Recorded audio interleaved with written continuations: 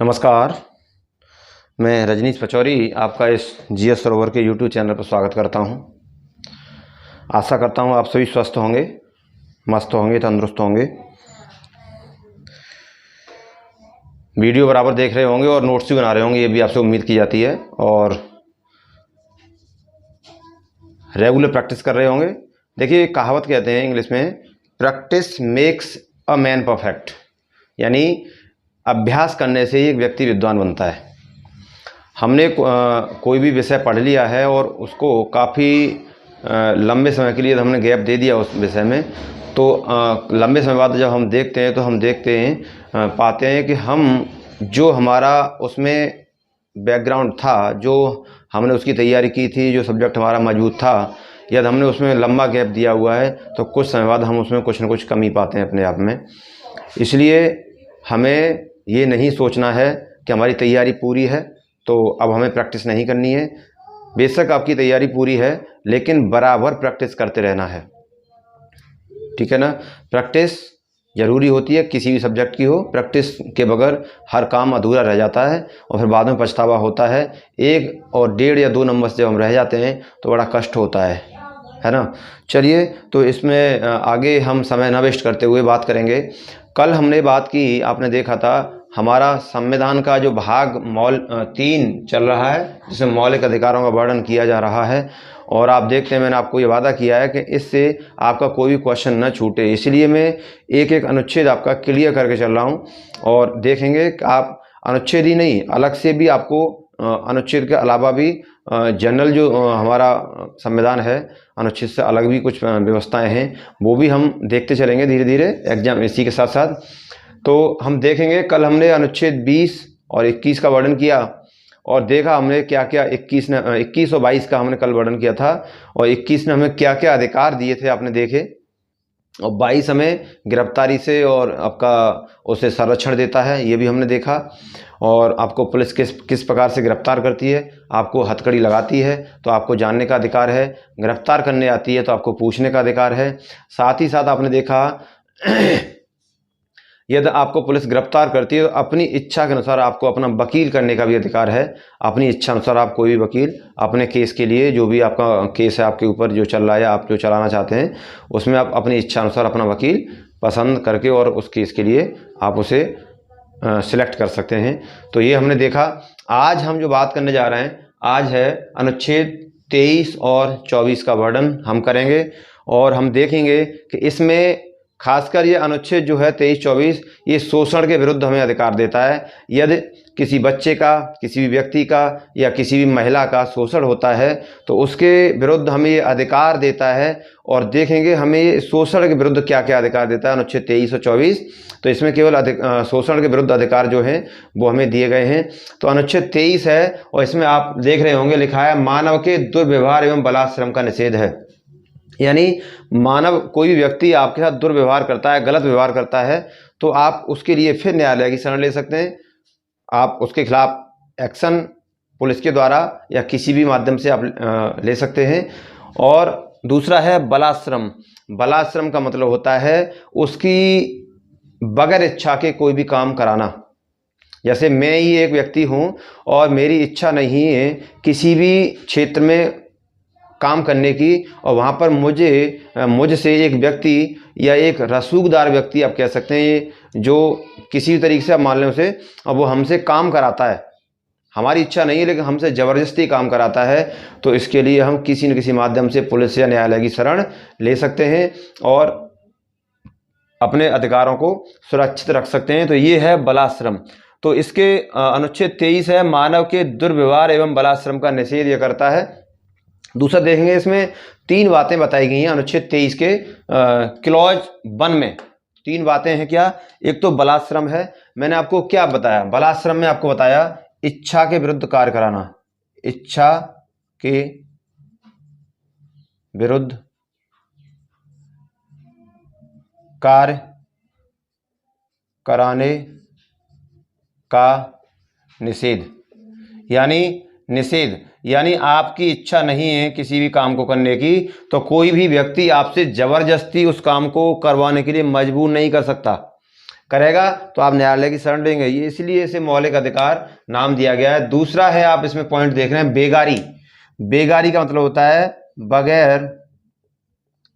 बगैर आप कह सकते हैं बगैर सैलरी के कार्य कराना। यानी आप कहीं भी किसी भी व्यक्ति के या किसी भी ठेकेदार के अंडर में कहीं भी XYZ आप काम कर रहे हैं और उसके लिए आपको यह तनख्वाह यानी जो आपका मानदेय बनता है, जो भी आपका बनता है, वो आपको यदि नहीं दिया जा रहा है तो ये इसे बेगारी कहेंगे। आप काम तो करा लिया लेकिन पैसे, ऐसा होता है हमारे समाज में, और आज ही नहीं, ये होता आया है, ये पहले से ही होता आ रहा है। तो इसके लिए हम क्या करते हैं, हम न्यायालय की शरण या पुलिस की शरण में हम जा सकते हैं और अपने ये अधिकार जो है उसे सुरक्षित रख सकते हैं। यानी हमसे कोई बगैर पैसे दिए बेगारी कैसे करा सकता है।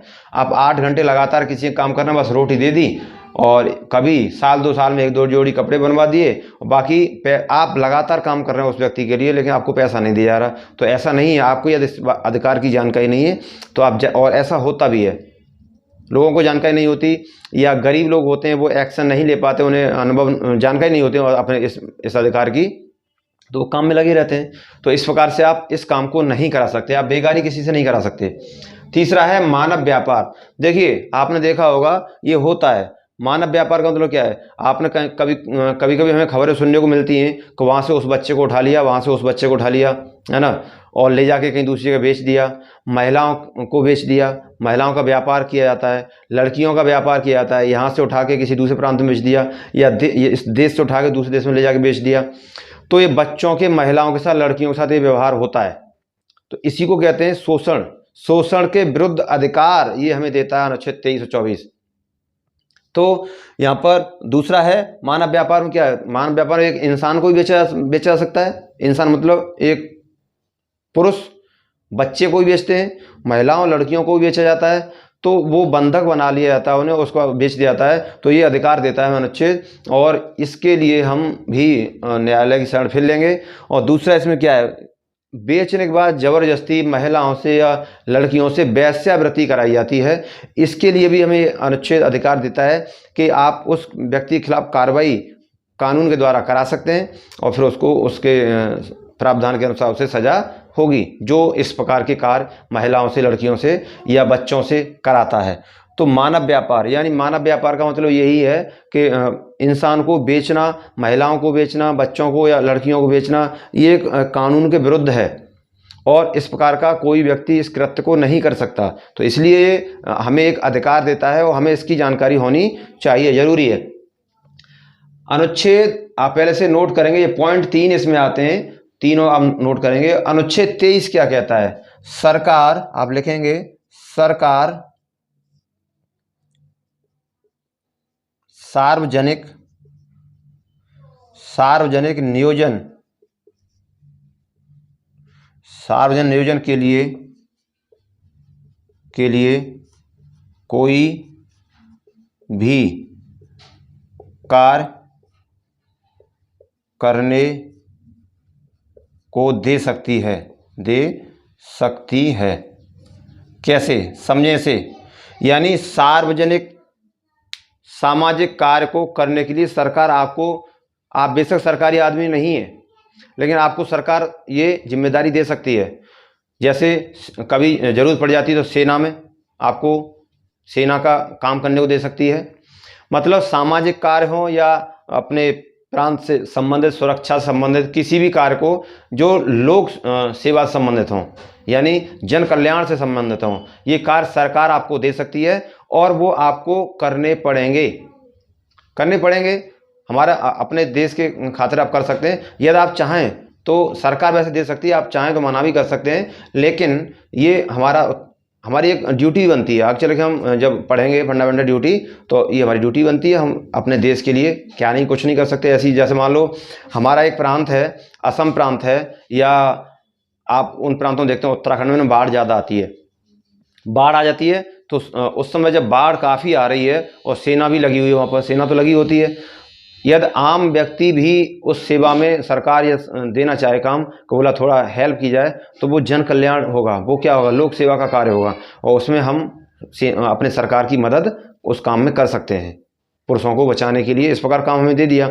लेकिन इसके लिए जरूरी नहीं है सरकार आपको पैसे दे, वो उसके सरकार के ऊपर डिपेंड करता है कि आपने सरकार के लिए 15 दिन काम किया, सरकार उसके लिए पैसे दे, ऐसा बाध्य नहीं है सरकार के लिए। तो ये अनुच्छेद 23 का क्लॉज 2 कहता है सरकार सार्वजनिक नियोजन के लिए कोई भी कार्य करने के लिए आपको दे सकती है। तो ये अनुच्छेद 23 था। अनुच्छेद 24 हम देखेंगे, अनुच्छेद 24 क्या कहता है। अनुच्छेद 24 में आप देखते हैं कारखानों में बालकों के लिए नियोजन का प्रतिषेध, यानी कहने का मतलब है 14 साल तक के बच्चे, 14 साल से नीचे के 14 साल से नीचे के बच्चों को आप किसी भी कारखाने में, किसी भी उद्योग में, कहीं पर काम में नहीं लगा सकते। तो ये कारखानों में बालकों के लिए नियोजन का निषेध, ये मतलब ये बच्चों को ये अधिकार दिया गया है। और यदि ऐसा है तो आप फिर न्यायालय की शरण या कानूनी शरण ले सकते हैं। 14 साल से कम उम्र के बच्चों को आप किसी भी हानिकारक उद्योगों में और किसी भी कारखाने में, वैसे हानिकारक या किसी भी काम पर आप 14 साल से कम उम्र के बच्चों को नहीं लगा सकते। ये बच्चों को अधिकार अनुच्छेद 24 देता है। तो हमने देखा अनुच्छेद 23 हमें क्या अधिकार देता है। ये अनुच्छेद 23 में हम देखा मानव के दुर्व्यवहार एवं बलात्श्रम का निषेध है। उसमें 3 पॉइंट हैं। बलात्श्रम, आप इच्छा के विरुद्ध कार्य नहीं करवा सकते किसी से, यदि उसकी इच्छा है तो ठीक है, वरना जबरदस्ती आप नहीं करवा सकते। दूसरा, बेगारी, बगैर पैसे दिए, बगैर उसे कुछ दिए, मानदेय दिए और आप उससे काम करवाएंगे, ये भी आपसे नहीं करवा सकते।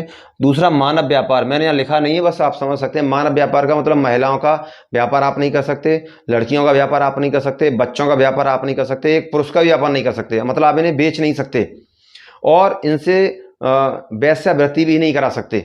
ये कानून के विरुद्ध होता है। यदि अपनी इच्छा से कोई इस वेश्यावृत्ति में जाती है महिला, तो वो सुप्रीम कोर्ट ने भी उसे एक अपना तरीका दे दिया है कि ये भी एक व्यापार या उसका माध्यम है अपना, लेकिन कोई जबरदस्ती वेश्यावृत्ति कराए ये नहीं कराया जा सकता। तो अनुच्छेद 23 हमें देता है।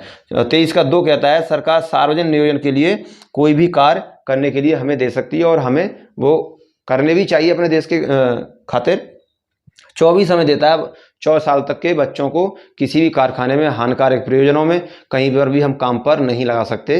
ये हमें 24 और 23, तो इसे हम मिलकर यदि हम बोलेंगे तो 23-24 को बोलते हैं शोषण के विरुद्ध अधिकार। क्या बोलते हैं? शोषण के विरुद्ध, शोषण के विरुद्ध अधिकार। यदि ये पूछता है कि शोषण के विरुद्ध अधिकार किस अनुच्छेद में है, तो आप फिर बताएंगे अनुच्छेद 23 व 24, ये दोनों हैं, दोनों मिला के हैं। शोषण के विरुद्ध अधिकार किस अनुच्छेद में, शोषण के विरुद्ध अधिकार जो है इनका वर्णन किया गया है, तो आप अनुच्छेद 23-24 में है। और अलग अलग पूछता है तो आप इस प्रकार से बताएंगे। 14 साल तक के बच्चों को पूछता है तो अनुच्छेद 24 होगा, और बाकी यदि ये पूछता है तो अनुच्छेद 23 होगा। तो हमने आज बात की अनुच्छेद 23-24 की, और मैं देखूंगा कि कोई भी अनुच्छेद आपका छूटेगा नहीं। और किसी भी अनुच्छेद में सब अनुच्छेद भी हैं, सब क्लॉज भी हैं। जैसे आपने देखा अनुच्छेद 23(1), 23 का clause 1, clause 2, clause 3, clause 4, clause 10 तक हो, तब भी मैं अनुच्छेदों को उसको छोड़ूंगा नहीं। पूरा अनुच्छेद 1 से लेकर 395 जो भी हैं, सबका ऑपरेशन करते हुए हमें चलना है। एक भी अनुच्छेद छूटेगा नहीं। उसमें से महत्वपूर्ण होंगे उसको हम फोकस करते हुए चलेंगे, जो कि उससे परीक्षा में न छूटे कुछ भी। अनुच्छेद सब तो परीक्षा में नहीं पूछे जाते, लेकिन कुछ अनुच्छेद ऐसे हैं जिनका आज तक परीक्षा में पूछा नहीं गया है, लेकिन कराऊंगा सब, और आपको कंठस्थ हो जाएंगे। कंठस्थ का मतलब आपको समझना भी है, रटना नहीं है। देखेंगे कैसे हो जाता है। तो चलिए आज के लिए इतना काफ़ी है, और अगला टॉपिक के साथ फिर हम मुलाकात करेंगे। अगला हमारा टॉपिक, अब 24 तक मैंने बात की है, तो अगला टॉपिक हमारा होगा धार्मिक स्वतंत्रता का अधिकार, जो है 25 से 28 में जिसका वर्णन किया गया है, तो उसकी हम बात करेंगे। आज के लिए इतना काफ़ी है। नोट्स बनाएं, वीडियो को ज़्यादा शेयर करें, कमेंट भी करें, देखें और लाइक करें। लाइक का बटन जरूर दबाएं, अधिक से अधिक शेयर करें, जो कि बच्चों तक पहुंचे और उन्हें अपना फीस जो देकर पढ़ना पड़ता है काफ़ी मात्रा में, वो उससे बचें। और कुछ दिनों में और भी विषय हमारे प्रारंभ होने जा रहे हैं। इतिहास भी प्रारंभ होगा, हिंदी भी आएगी और ज्योग्राफी या इंग्लिश भी आएगी। तो ये सभी सब्जेक्ट, मैथ भी आएगा धीरे करके। तो आप देखेंगे धीरे धीरे सभी सब्जेक्ट, और वो सभी कंटेंट आपको मिलेगा जो आपको फीस देकर पढ़ना पड़ता है। तो चलिए आज के लिए इतना काफ़ी है, और अगले चैप्टर के साथ फिर मुलाकात करते हैं। तब तक के लिए विदा लेते हैं। नमस्कार।